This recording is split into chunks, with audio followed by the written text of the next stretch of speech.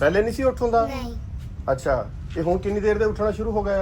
अब जब दवाई कहीं और से लेके आए हैं ना, जब दवाई देना शुरू हो गया पहले वाली और दोबारा ला के दी है, वो अब जब खाते हैं अब चलने लगती है, मतलब हमारे हाथ भी पकड़ के ना चलते हैं। अच्छा, चलते हैं? जी। इनका कोई मालिश वगैरह भी करते हैं आप लोग? नहीं। हाँ, डॉक्टर ने क्या बोला? सिर्फ करनी? डॉक्टर ने कहा दवाई दें। मालिश नहीं करनी? नहीं।